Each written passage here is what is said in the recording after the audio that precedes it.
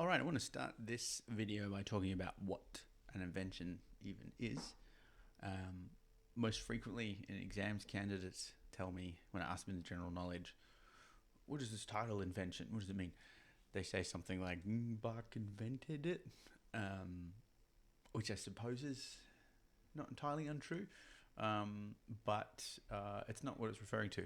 So the inventions first appeared in a musical notebook for Wilhelm Friedemann, one of Bach's sons, as pedagogical material intended to serve as models for compositional techniques. So how they were models of good melodic ideas and how to develop them. They were actually first titled Prelude in the musical notebook. It wasn't until Bach compiled all of those preludes together into the collections we use today that he changed the title to Inventio, the Latin, probably to emphasize the pedagogical intent. So what does this term mean? Well, it is a colloquial term borrowed from rhetoric that describes a thematic idea underlying a piece, or in rhetoric, a subject of discussion. It also referred to not only the subject itself, but the mechanism for coming up with a subject. So the mechanisms for discovering good ideas. So a skilled orator had these tools called topics of inventions, which were ways of thinking up a good idea. And then there was the process of developing it. One of the most basic techniques for a skilled orator was to study the works of great authors to develop good taste and inspire ingenuity. So that's what Bach's done here, is he has provided these models of a good subject and for people to study. And then he's also showing how to develop these things. So each invention presents a well-formed idea or a subject of discussion, and then proceeds to develop that idea. And you might think of the different techniques of musical development, such as fragmentation, sequence, rhythmic augmentation, inversion, and so on, as different perspectives on the subject or different aspects of the subject being explored in further detail. So let's have a look at invention number one. So this is the main idea, the subject, the invention, and then you can see it immediately in imitation in the lower voice, and then up here, and it basically permeates the entire score. We see an inversion of it here. We see rhythmic augmentation of the first four notes, so it's fragmentation. It's just a small fragment from there, and that is repeated in sequence. There's really barely a bar, even a note that doesn't belong to it. It's really quite impressive writing.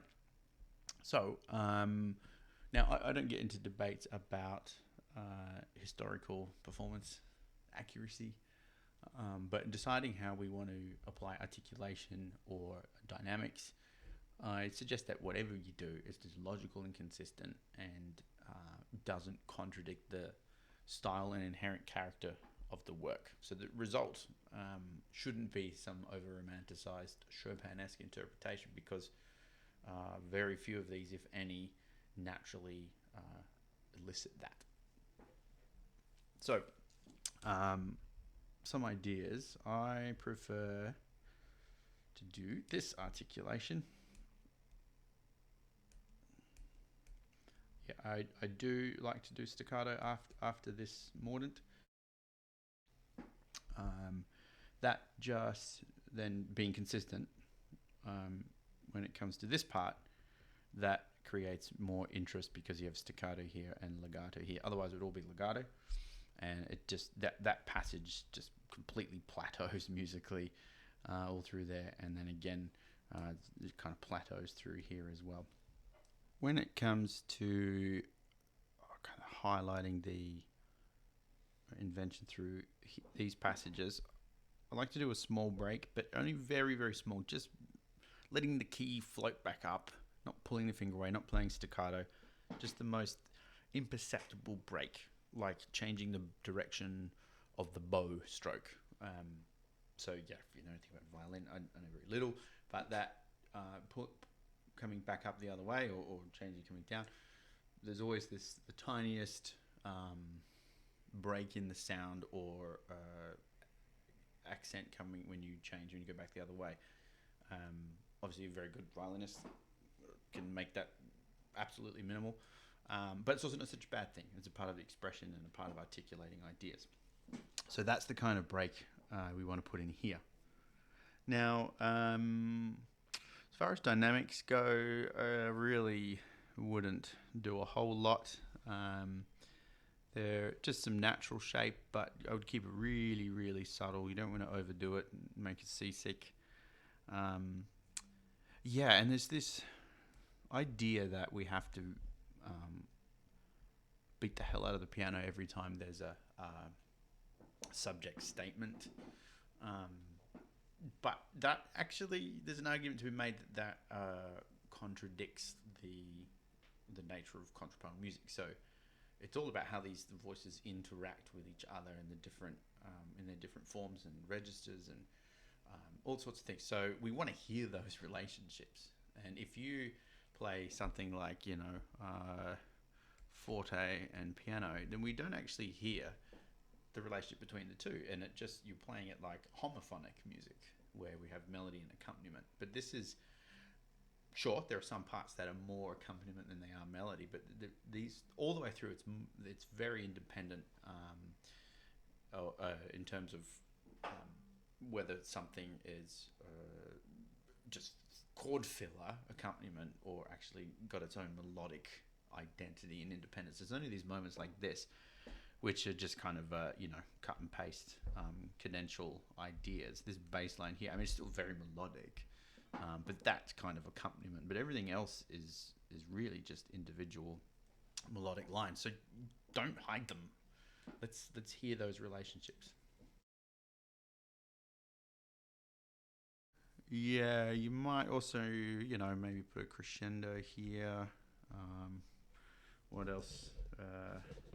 We want to make a point actually of these cadences. A little bit of stretch, or maybe not stretch, but placement of this moment here.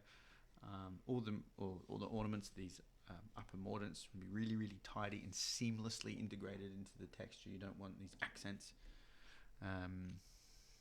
What else do we have? Yeah, I think it's about it for this one. You might, through here, you might play piano.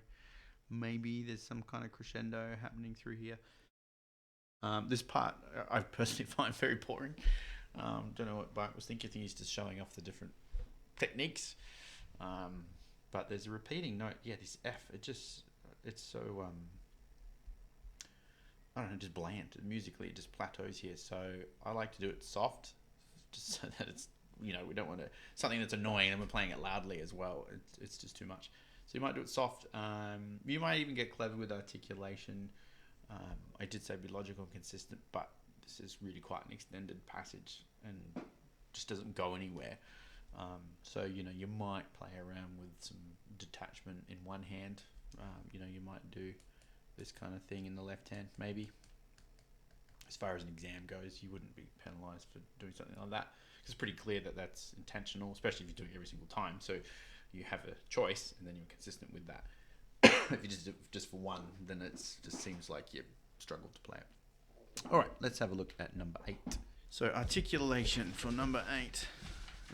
It's pretty straightforward. I would just detach all these, whether you do it staccato or just that kind of like mezzo staccato, and then all slowed through here. Yeah, I'd probably do that detached as well. That's about it. And then do this slurred. You might, put in a little detachment there. Again, just that subtle changing bow kind of detachment. A violinist would probably be horrified by my explanation, but this part presents some technical challenges. So what we want to do here is a little bit of a rotation and a little bit of a lift. So you're sort of rotating and wrists coming up and down at the same time. Fingers really close to the keys. Nice little bit of arm weight behind there. I prefer legato. You might do more of a, not quite non-legato, but just a less overlapped legato, like old seesawing, just playing one key and then swapping them out rather than actually overlapping them. You might do that. I prefer the fingering 1 4 3 4. I find using 1 to 4 just a lot easier than 1 3 2 in terms of evenness and control in that way. Same with the left hand. I would do 4 1 3. Yep, and you probably change to like 5th finger on the end, thumb on the end to make that connection easier. What else do we have? Expressively, you know, this kind of invites something louder and then a little bit less and a little bit less and then a crescendo again. Yeah, also these 4-note figures, most clearly here. There's a little drop and lifting through the slur, right? The slightest imperceptible, dare I say, accent. I don't like saying accent because I know what students will do when you say that. But it's just this very subtle dropping the weight to put a little leaning on that note and then lifting through the slur. So each one is a diminuendo, subtle diminuendo. It's got to be subtle. Oh yeah, over here I like to do these staccato. It's very challenging for students at this level. I like to do that slurred, and then yeah, it's quite challenging because you have to release this quicker without students end up doing like this this kind of rhythm instead. That's what they end up doing. But yeah, if you've got a very capable student, that'd be something worth exploring. There's that. Don't miss that in the left hand. So if we're going to do what I was describing before, like this, make sure we do it there in the left hand. Yeah, and in doing these rotation parts, I find it very helpful to tune my ear into what I'm doing with these, listening for that evenness of those and the clarity, so that the repeating thumb note is soft and you can kind of hear this more melodic part in the middle. And I use that as my guide. I'm listening really carefully to those, that they're exactly the same every time. I've got synchronization issues. Obviously, dotted rhythm practice is a good idea. You know, as dotted as you can be and as short as you can be. But the important thing is it's what you're doing with your fingers. It's not just playing the rhythm is magically going to fix anything. It's about that like really sharp awareness and concentration and planning every single finger, and those quick snaps, a tiny lift and a quick grab and a release of tension on impact, and then planning the next note, right? I say dotted rhythm practice, but really I tell students, hold the note as long as you need to relax and prepare for the next note. Don't play the next note, the two quick ones, bam, unless you're like absolutely reset and ready to go. Otherwise, it's just a waste of time, and you're probably just winding up the tension as you play through each dotted rhythm. Okay. Next, we have this etude, confidence. So there's not much to it except do what it says. So these are crotchets, so hold them. These should be soft. That can be practiced by playing them soft and staccato. Just really light staccato touch, or maybe more detached. It's better if you say staccato. Students will go crazy on it, but just really soft and detached. Just developing that strength and projection in the top, and then the other half of the hand staying really calm and controlled. I would use a half pedal all the way through and do every single beat. When I say half pedal, I mean halfway. So if that's like our pedaling range, I mean halfway down. So it's not going to be sitting in this big resonance and then not kind of fully resetting. We're going to keep it really clean and just use a little bit, just to add a little bit of resonance and help us with some legato parts. I would use a slow release, for example, through here, like that. Just gradually lifting the pedal up to clean this up. What else? I'd probably not use pedal. I think just mixing it up, or you might drop just pedal on that one to help create body with that sforzando. it's a new texture, not a new tech. Well, actually, no, it is, isn't it? It is a new texture, and new character, new mode. So just playing it dry, though I would use good legato with the fingers, holding onto these notes as long as you can. Not necessarily playing legato. You might want to do that. Experiment with that. Turning them into crotchets. It's not written like that. You can decide what to do with it. I mean, if the pedaling is original, then obviously those notes are going to ring out anyway. So you might do the wrong rhythms and turn those into maybe not a full crotchet, but like 2/3 of it, sort of thing. What else? Yeah, I marked no pedal. Definitely no pedal through there. Yeah, I think we need to bring in some pedal here and do slow release so it kind of cleans up nicely as you get to the bottom. A little slowing down. Now, just a note on phrasing. It's tempting to, kind of milk that bit, really milk that bit, and then milk that bit. I wouldn't overdo it. So I would favor a sense of direction, a stronger sense of direction, which then makes these flexible moments more expressive, more impactful, because we haven't heard it over and over and over and over again. So my preference would be to play through, and then that gives you more freedom here, and it's well balanced. By saying play through, it doesn't have to necessarily be bang on the metronome, but I wouldn't overdo this moment. However, when it comes back later, then you might overdo it, because we've heard it before. If you're doing the repeats, you would have heard it twice already. So I think that warrants a little bit more play, a little more drama in the last part. Yeah, I haven't got really anything to say. Just do what it says. Do what it says. All right, so we're getting like this. I mean, this is throwing you a line there because students find this difficult, but you can slow down. We just want to make sure, I tell students like choo-choo train slowing down. So it's this gradual, you got to listen to the pulse. So listen to the triplet pulse, triplet, triplet, triplet. Choo-choo train slowing down, not just thinking like here's one beat, here's the next beat, and maybe now's the next one, and then maybe now. Right, we're actually feeling that pulse through, and that's what the pulse slowing down is what we're, that quaver pulse, the triplet pulse is what we use to evenly, or logically, naturally space everything. Okay, next we have the Romance from grade 5, I think it was. So it's a romance is a work of lyrical simplicity, typically in ternary forms, sometimes rondo and variation forms. Originally they were sung poems, but the solo instrumental genre emerged in the 18th century and began to increasingly incorporate virtuosity. This one is not particularly virtuosic, but another name for the romance is the ballad. So you think of Chopin's ballads. So they're very poetic, and there's a narrative element, and there's a whole lot of virtuosity. Hummel was considered one of Europe's greatest pianists during his lifetime. He was renowned for his clarity, evenness, quote-unquote pearly tone, and his extraordinarily relaxed approach.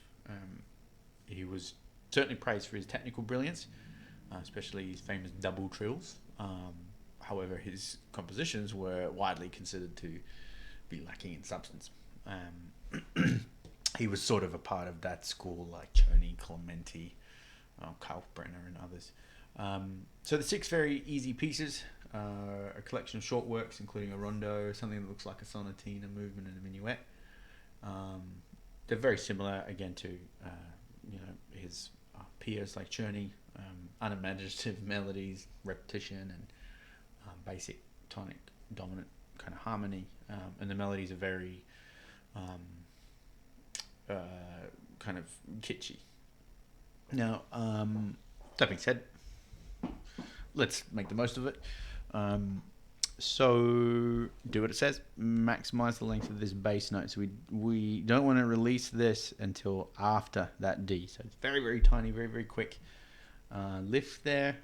Obviously, there's a risk of it accenting, so that's something you've got to work on with the students. Nice pauses, planning, moving quickly, relaxing, pausing, so on. So I also want this balance within the accompaniment. So every bar does that, or not even necessarily diminuendo, but just those, both soft, both in the background, a nice clear bass line. What else do we have? Yeah, I mean, melodic shape, so just, shape everything. Well, you might lean into that, and then it does that. All that sort of thing. If you felt compelled to use pedal all the way through, I would do what I said in the confidence etude and do these half pedal, half down pedal all the way through on every single beat. Little moments like that would really help. Makes that a little less stressful and easy to connect. I would definitely have students learn this without pedal first. And then, moments like that, we need to practice that without a jerking movement. And so there's no accent. So it's really just listening to the left-hand part being super, super consistent in every way. Note lengths, as in, there's no staccato when you move, no accents, the perfect balance all the way through. We want to make sure we play fast enough. To be honest, that's a little slow. We want to play fast enough that there's a clear sense of the meter. So a nice lilt, 1, 2, 3, like that, diminuendo. So Russian waltz. Well, what makes it Russian? Taras Chernin was born in Uzbekistan, which was a part of the Soviet Union. So Russian culture would be something very familiar to her, and she grew up in what would be considered the golden age of the Russian romance, and the influence of that is very evident in this waltz. So let's have a listen to a couple of examples of Russian romances, and I want you to kind of listen for things like meandering melodies, long phrases, and appoggiaturas, lots of appoggiaturas, preference for the minor mode, melodies that kind of leap and then curl back under themselves, and it's very kind of emotional and dramatic, and there's usually melancholic and nostalgic, and there's usually a moment of a big ritenuto, and then it carries on. That's kind of like the dramatic peak of it. So let's have a listen. I'll just add, you'll see that they're from films, like from Soviet era films. I don't know the context. I just put it there for the music, so you can enjoy the clips as well. A little bit cheesy. And the last one is technically not a romance. I believe it's actually a lullaby, but I put it there still just to so you can hear how this lyricism and these big climaxes and the very deeply kind of emotional quality in Russian music in general. Really enjoy. Ждала я в беседке, и ты пришел, и был со мной влюбленный нежный мой, шептал слова любви. Белая ночь, милая ночь, светлою мглой здесь нас укрой, и не спеши нам зажечь свет зари. Белая ночь, милая ночь, сон добрых дней нежно навей, и со мной ты, мы вдвоем, я и ты.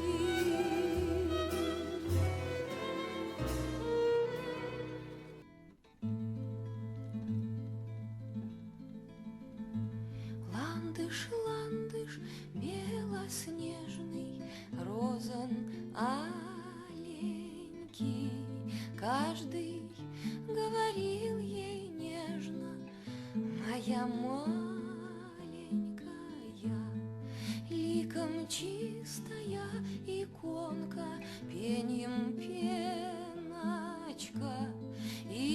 качал ее тихонько на коленочках.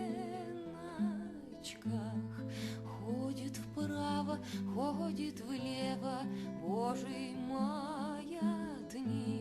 И кончалось все припевом, моя маленькая. И кончалось все припевом, моя маленькая.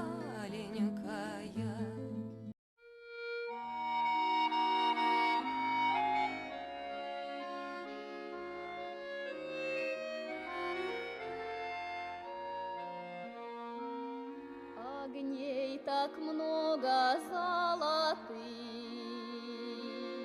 на улицах Саратова, парней так много холостых, а я люблю женатого.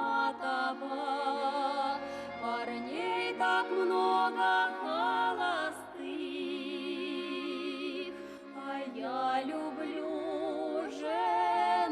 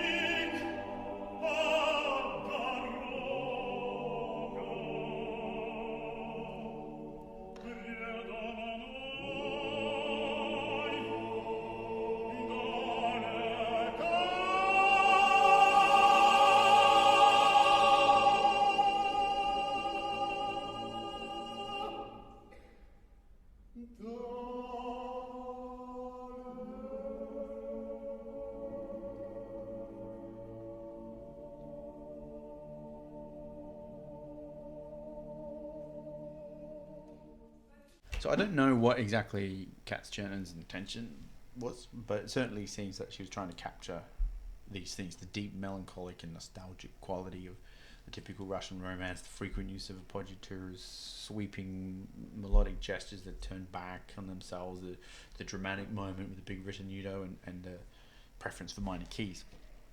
So we're going to lean into dissonances. So we're going to create melodic shape everywhere like this. So it's like 2-bar units. And then that's the peak. We're always looking for the peak of the phrase, and then it's kind of from there that it all starts to come down. There might be a little bit of like, oh yeah, little tiny bit comes up again there, but overall the tension is starting to dissipate from this moment here. So we're listening for like the most harmonically intense moment. It's not necessarily the highest note, but it's the most harmonically intense. And that's here. You've got the dominant of the dominant. So that's the most, at this point, the most chromatic and unexpected. Now, this expressively, so this one's a little more than that one, and then that one's the biggest, even more there. When it comes to melodic shape, so we know the general principle. Notes go up, you get louder. Notes go down, you get softer. As a general rule, sometimes we do things a little bit differently, or there's something written to do otherwise. But just think of it as Claudio Arrau, great pianist from the golden age of the piano. And I think he was around in the mid 20th century, maybe a little bit later. But anyway, he said, I've got his book there. There's an interview with him, something like, no two notes should be the same dynamic. So I would say no two consecutive notes within a single gesture, but that's a good kind of principle to be guided by. Is like we want to make every single note just that little bit more different.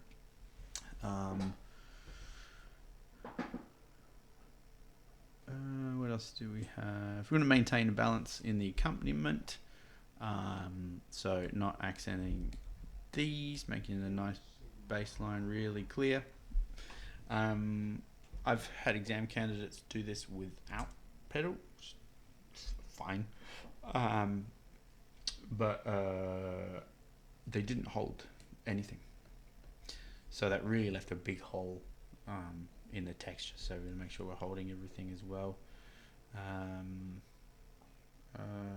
from here. So this kind of suspends time. There's a lot less sense of direction harmonically. The rhythm is a lot slower, so it's like one harmony, 2 bars basically, there and there. So the harmonic rhythm's a lot slower. There's a lot less just movement and activity. The rhythms are very homogenized. So I like to just play this whole thing really, really soft, really, really still. The music is still, like it's asking for stillness, and so you can be still, physically still, musically still. Here's that dramatic moment. So yeah, we might kind of lean into this. Yeah, just really expressive little bits here. Yeah, I think that's about it for the Romance. Obviously these thirds can present some technical challenges for students, but slow, super legato, play 1, don't move on until you're relaxed to completely reset. You could drill pairs, like just going back and forth between these 2 and then back and forth between these 2 if it's possible with the fingering. Even if it can't be done legato, it's still really good practice. I remember I learned was it uni? I did the Chopin Thirds Etude, and there was a pianist touring, and he did a masterclass at the uni, and he was telling me about making friends with the keys, playing these thirds all the time. You know, because it's very easy for your hand to get stressed playing these thirds, and so yeah, you just talking about making friends. You know, you just do 1 pair at a time, and you're really connecting with the key and the stroke, and it's all easy and relaxed. Do something like that here would be relevant there. All right.